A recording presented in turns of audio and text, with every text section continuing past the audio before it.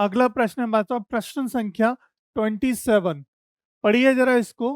15 centimetre त्रिज्या वाले एक वृत्त है जिसका रेडियस कितना है, त्रिज्या कितनी है 15 सेंटीमीटर की कोई जीवा केंद्र पर 60 डिग्री का कोण बनाती है। उसके अंदर एक जीवा दे रखी है जो केंद्र पर 60 डिग्री का कोण बनाती है। ठीक है, कोण आंतरित करती है। संगत लघु और दीर्घ वृत्तखंडों के क्षेत्रफल ज्ञात कीजिए। ठीक है, तो देखो वृत्तखंड का क्षेत्रफल निकालने के लिए फॉर्मूला हमने बताया आपको क्या होता है। अब इसमें क्या है कि देखो अभी तक हमने जितने भी वृत्तखंड के क्षेत्रफल की जब बात करते हैं कि वृत्तखंड का क्षेत्रफल निकालिए, तो हम किसकी बात करते हैं, लघु की बात करते हैं, मतलब छोटा वाला। देखो वृत्तखंड कह लो या फिर आप त्रिज्या खंड कह लो, दोनों ही दो तरह के होते हैं, एक छोटा और एक बड़ा। छोटा होता है आपका लघु और बड़ा होता है दीर्घ। ठीक है, तो इसमें जैसे कि हमने ले लिया वृत्त, इसकी त्रिज्या कितनी है 15 सेंटीमीटर। इसके अंदर दी गई है एक जीवा, मान लेते हैं एक जीवा बना ले कि मान लिया हमने ये है हमारी एक जीवा, जीवा बना दी हमने जी। अब इसके केंद्र से, जो इसके केंद्र पर क्या करती है, 60 डिग्री का कोण बनाती है। ये देखो, ये जो है वो 60 डिग्री का कोण बना रही है, ये जो जीवा है। मान लेते हैं इसको ए और बी, और इसको मान लेते हैं केंद्र को ओ। तो ए बी जो जीवा है, ए बी जो जीवा है वो केंद्र ओ पर 60 डिग्री का कोण बनाती है। ठीक है, अब संगत लघु, संगत मतलब इसी के साथ, इस जीवा के साथ में जो दिया गया है, ठीक है, वृत्तखंड, वृत्तखंड कौन सा है हमारा यहाँ पे, ये वाला पोर्शन है ना बेटा, ये वृत्तखंड है हमारा।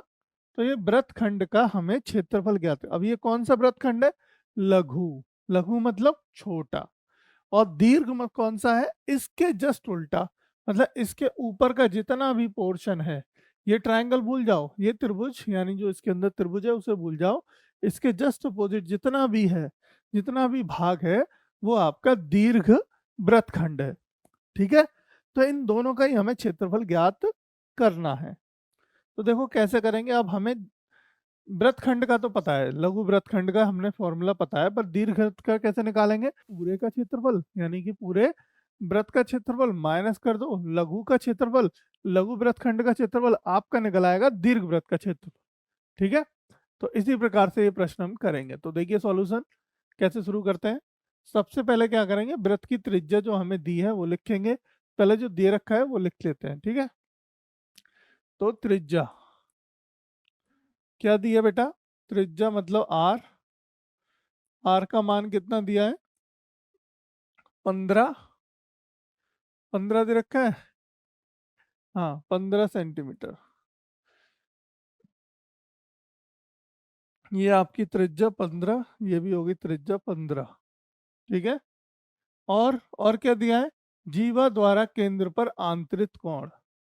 ठीक है, यानी जीवा, ये जीवा जो है ए बी है, तो ए बी के द्वारा बनाया गया कोण, ए बी के द्वारा बनाया गया थीटा यानी कोण बराबर कितना है 60 डिग्री।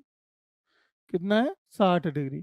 अब संगत लघु वृत्तखंड का क्षेत्रफल, संगत मतलब जो उसके साथ में दिया है, संगत लघु वृत्तखंड का क्षेत्रफल बराबर क्या होगा, देखो वही हमने फॉर्मूला बताया था, डायरेक्ट फॉर्मूला इसके लिए। एक फॉर्मूला आपको हम लोगों ने बताया, क्या होता है, आर स्क्वायर, ठीक है, ब्रैकेट में pi theta upon 360 minus 1/2 sine theta. ये फॉर्मूला होता है आपका क्या, वृत्तखंड का क्षेत्रफल निकालने का ये हमारा फॉर्मूला होता है। अब इसके अंदर सारी वैल्यू पुट कर दो जो हमें दी गई है, यानी कि त्रिज्या और जो दे रखा है हमें। देखो पाई का मान यहाँ पे यूज करना है 3.14 और अंडर 3 का मान यूज करना है 1.73। ठीक है, इसमें कोई दिक्कत नहीं होनी चाहिए, डाउट नहीं होना चाहिए। आर का मान कितना, 15, तो 15 गुणा 15, 15 गुणा 15। पाई का मान कितना यूज करना है, 3.14, 3.14 अपॉन, अपॉन में 360, और थीटा का एंगल, एंगल कितना दिया हमें, 60 डिग्री, ये हो गया। -1/2 साइन थीटा, साइन थीटा का मान मतलब साइन थीटा कितना है, साइन 60। चलिए आगे करते हैं। 15 गुणा 15, इसको एज इट इज रखते हैं। ये क्या हो गया, देखो 0 से 0 कट गया, 6 से 6 बार कट जाएगा, 6 से 6 बार, 6 चिंग 36, इस 6 से ये 6 टाइम कट गया, और ये 3.14 माइनस 1/2, साइन 60 की वैल्यू √3/2। ओके बेटा, 15 गुणा 15,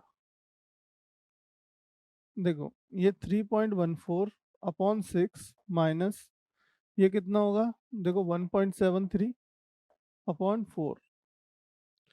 एलसीएम ले लो, लासा ले लो इसका, ठीक है, कितना आएगा, 12, 12 ले लेंगे, 6 दूनी 12, 2 से मल्टीप्लाई करो, 4 दूनी 8, ठीक है, 4 दूनी 8, और 6 से कटेगा 2 बार, 2 का मल्टीप्लाई, 4 दूनी 8, 2.6, 6.28 माइनस, और ये कितना होगा, 4 से कटेगा 3 बार, 3 का मल्टीप्लाई, 3 3 9, 7 21 का 1, हाथ से लगे 2, 3 एकम 3, और 2 5, तो 5.19, 5.19 आएगा। चलो अब देखो 15 15 का गुणा कर दोगे तो ये हो जाएगा 225, गुणा इनका देखोगे तो 1.09 आएगा, 1.09 अपॉन नीचे क्या हो गया, 12, 1.09 अपॉन नीचे 12 चलेगा, ठीक है। अब 1.09 का गुणा कर दो, 1.09 का यहाँ पे आप गुणा कर दीजिए। तो ये जब 1.09 का आपस में गुणा करोगे इन दोनों का, तो ये हो जाएगा बेटा कितना, ये हो जाएगा आपका 245.25, 245.25 बटे 12, ये आ गया आपका क्या, लघु वृत्तखंड का क्षेत्रफल। अब या तो इसको भाग करके यहाँ से निकाल लो, है ना, या तो इसको यहीं पे भाग करके, इससे 12 से भाग करोगे इसको, तो यहाँ से निकाल सकते हो आप, यहाँ से भाग करोगे तो जा जाएगा 20.4375 सेंटीमीटर स्क्वायर, ये इतना आंसर आ जाएगा आपका यहाँ पे। ये आ गया बेटा आपका एक पहला आंसर, पहला आंसर मतलब लघु वृत्तखंड, लघु वृत्तखंड का क्षेत्रफल निकल के आ गया। अब आपको निकालना है दीर्घ वृत्तखंड का क्षेत्रफल। तो दीर्घ वृत्तखंड का क्षेत्रफल निकालने के लिए आप क्या करेंगे, वृत्त का क्षेत्रफल, वृत्त का क्षेत्रफल माइनस, माइनस करेंगे आप क्या, उसमें से लघु वृत्त का क्षेत्रफल, लघु, लघु वृत्तखंड का क्षेत्रफल, ठीक है, लघु वृत्तखंड का क्षेत्रफल माइनस कर देंगे। तो अब देखो वृत्त का क्षेत्रफल क्या होता है बेटा, पाई आर स्क्वायर होता है, माइनस लघु वृत्तखंड का क्षेत्रफल कितना निकल के आया, 20.4375, ठीक है।